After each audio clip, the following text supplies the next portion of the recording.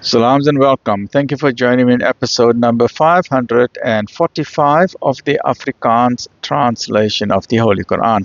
Ons is nou besig met die Heilige Quran en dit is die Heilige Quran by Imam M.A. Baker. A'udhu billahi minash shaitanir rajim. Bismillahir rahmanir rahim.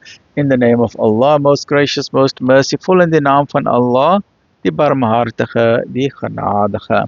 Episode 545, hoofstuk nummer 70. Die weë van opstijging. Surah 70, Surah Al-Ma'arij, the ways of ascent. Allah is the Lord of the ways of ascent. Hoofstuk 70, die weë van opstijging. Afdeling 1, die sekerheid van die straf. In die naam van Allah, die barmhartige, die genadige. Ondervra na die straf wat weldra sal kom oor die ongelowiges, wat niemand kan weerhou van Allah, die Heer van die weë wat omhoog bly. Die engele en die gees styg op na hom in 'n dag waarvan die maat 50.000 jare is. 50.000 jare, en dit is ook weer relativity, relativity, It means that the angels go from the earth to the heavens to God in one day.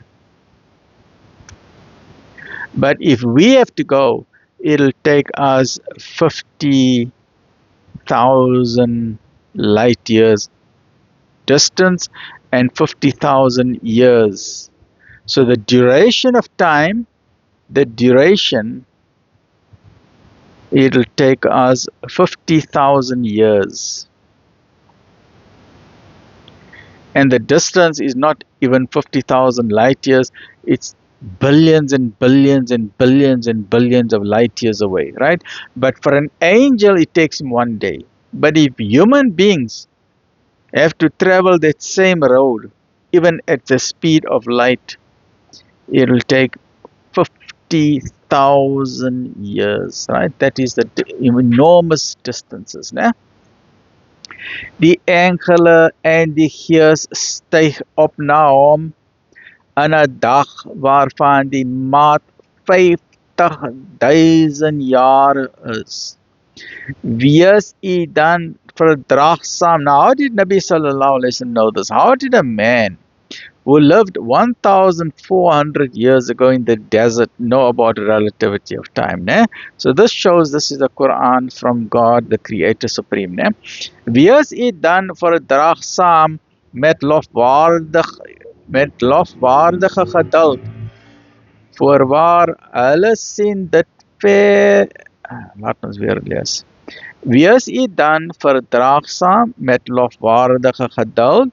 Voorwaar hulle sien dit ver weg, maar ons sien dit naby. Hulle sien dit ver, ons sien dit naby, Die dag waarop die hemel soos gesmelte koper sal wees, en die berge soos wol, en vriend nie na vriend sal vra nie, hoewel hulle mekaar kan sien. Die misdadige sal hom op daardie dag van die straf wil vrykoop deur sy kinders, en sy vrou, en sy broer, en sy familielede wat aan hom toevlug verleen het, en almal wat op die aarde is, om so homself te verlos. Volstrek nie. Waarlik, dit is 'n vlammende vuur wat sy vel sal afskroei. Dit sal hom opeis wat terugdiens en hom die rug toekeer. En rykdom versamel en dit dan gierig terughou. Voorwaar, die mens is met 'n ongeduldige natuur geskape, vol weekla as die kwaad hom oorval. Maar as dit met hom goed gaan, is hy inhalig. Behalwe diegene wat bid en in hulle gebede volhard en in wie se rykdom daar 'n vasgestelde deel is.